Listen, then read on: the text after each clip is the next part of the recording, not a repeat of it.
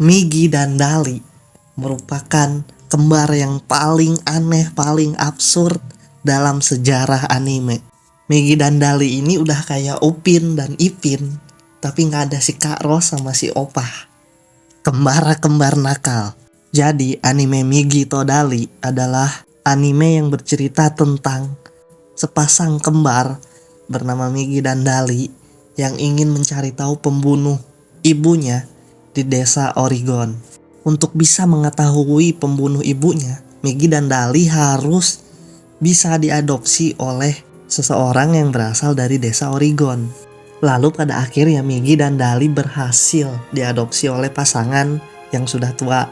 Migi dan Dali menyamar menjadi seorang yang bernama Hitori.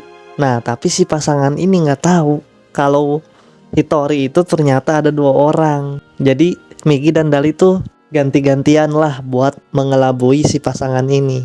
Tapi yang kita kira semua kejadian di panti asuhan itu, yang topi dan hujan itu, kita kira itu natural. Ternyata itu adalah bagian dari rencana si Migi dan si Dali yang bener-bener terstruktur banget rencananya. Anime ini misterinya beneran kerasa banget. Apalagi episode 1-nya tuh ngasih kesan gimana ya?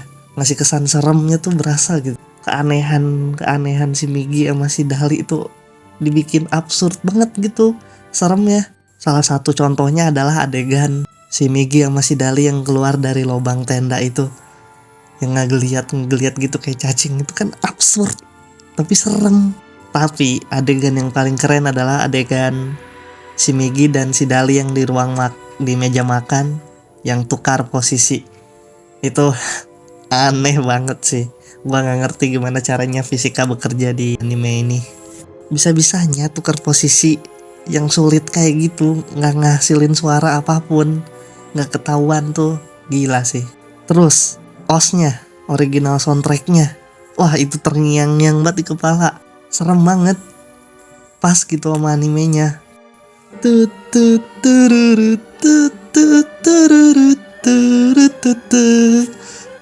Serem banget cuy, asli. Episode awal-awal tuh kocak banget sih. Kita ngelihat si Migi sama si Dali yang salah paham sama orang tua angkatnya, yang mereka kira orang tua angkatnya tuh jahat, padahal mah nggak baik. Cuman merekanya aja yang salah paham, karena mereka ngira semua orang di desa Oregon tuh jahat. Nah, ngomongin orang tua angkatnya si Migi dan si Dali, gue paling kocak tuh adegan orang tua angkatnya yang perempuan tuh. Kocak banget sih, suka ngomong kasar dalam bahasa Inggris tuh. Gue ngakak ngeliat dia ngomong bahasa Inggris sama ekspresi mukanya gitu, pengucapan bahasa Inggrisnya juga gitu kan. Kita lanjut ke karakter Michan. Dia adalah seorang pembantu yang bekerja di desa Oregon. Nah, si Michan ini kocak banget sih desainnya karena matanya deket banget, kedua matanya jaraknya deket banget.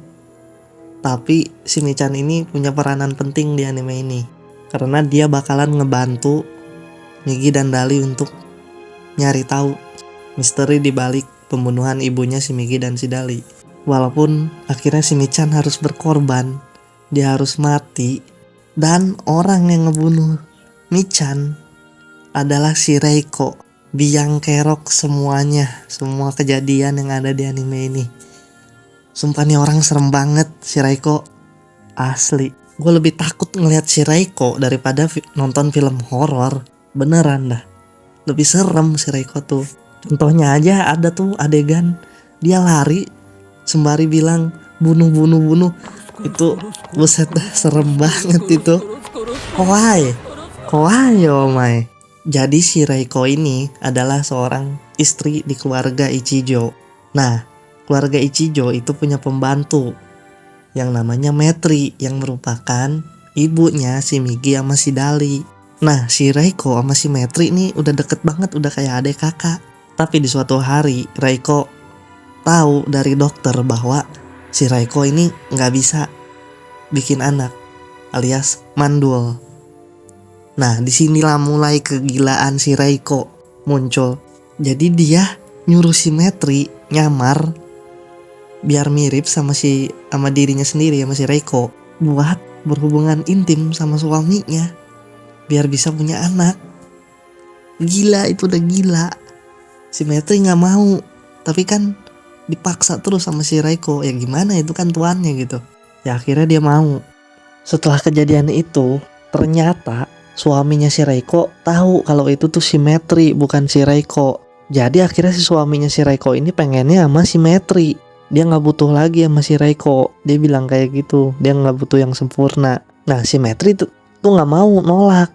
Tapi ternyata kejadian ini dilihat sama si Reiko, dan disinilah kewarasan si Reiko benar-benar hilang.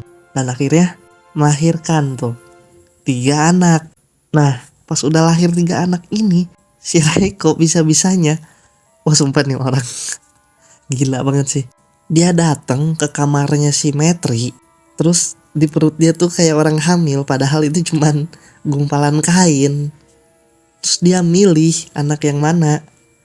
Yang dipilih adalah yang rambutnya hitam. Terus dia pura-pura kayak ngelahirin. Terus kainnya jatuh, diambil sama dia. Terus dia bilang, "Oh, sudah lahir anakku." What the hell? Dan diambillah anak yang rambutnya hitam itu. Si Metri pun sedih, nggak bisa apa-apa lagi, dikunci kamarnya. Dikasih makan cuma dari lubang, adalah lubang bikinan gitu. Kasihan banget sih. Nah, si anak rambut hitam ini merupakan si Eiji, anak yang dikiranya anak si Reiko, padahal bukan.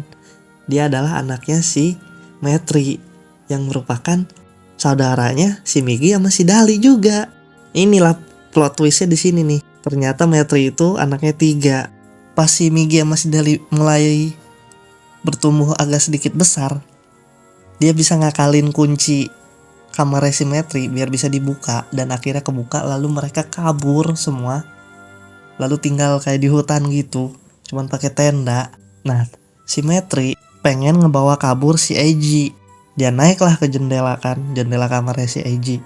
Dia buka jendelanya, si Eiji juga ngeliat dia. Tapi karena nggak tahu dia itu siapa, si Eiji malah ngedorong si Metri, dan akhirnya si Metri mati di situ. Jadi yang ngebunuh si Metri si Eiji.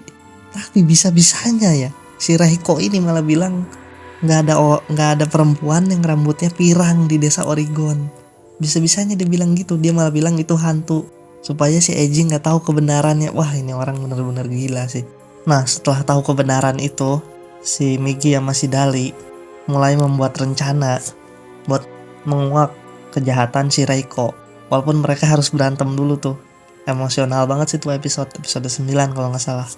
Dan akhirnya mereka berhasil menguak kebenaran kejahatan si Reiko. Di sini juga mereka tahu kalau si Eiji itu ternyata saudara mereka, tapi mereka masih nggak mau nerima fakta itu. Dan si Eiji pun nggak tahu kalau orang yang dia dorong adalah ibunya. Itu pas adegan si Eiji turun tangga itu bagus banget sih dibuatnya. Dialognya kan dia bilang, "Aku berasal dari mana dan aku menuju kemana." Itu di bawah tangga itu tempatnya gelap, jadi penggambarannya tuh bagus gitu, pas. Nah setelah kejadian itu, si Reiko bisa-bisanya pura-pura mati di kamar bekasnya si Metri. Pura-pura mati dia, dan diperiksa sama semua orang. Banyak banget, sama suaminya, sama si Megi Dali dan teman-temannya itu. Yang ternyata si Reiko ini emang belum mati, pura-pura mati doang. Terus dia tiba-tiba lari, terus dia kunciin pintunya. Ngeselin banget nih karakter. Terus dia bilang kalau dia bakalan mau lari sama si Eiji, pengen hidup berdua doang sama si Eiji. Udah gila emang.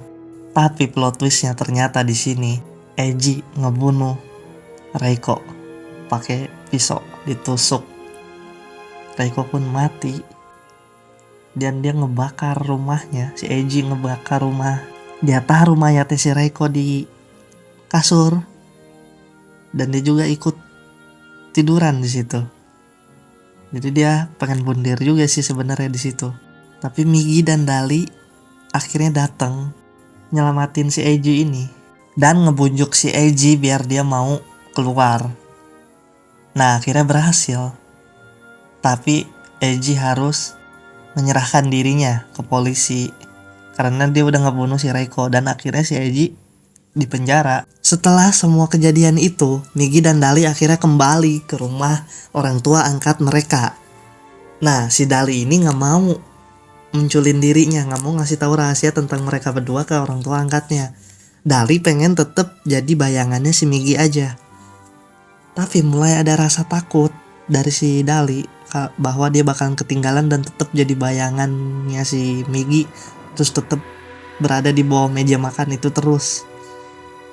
Nah, suatu saat pada hari Natal, ternyata orang tua angkatnya si Migi dan Dali udah tahu bahwa mereka itu ada 2 kembar.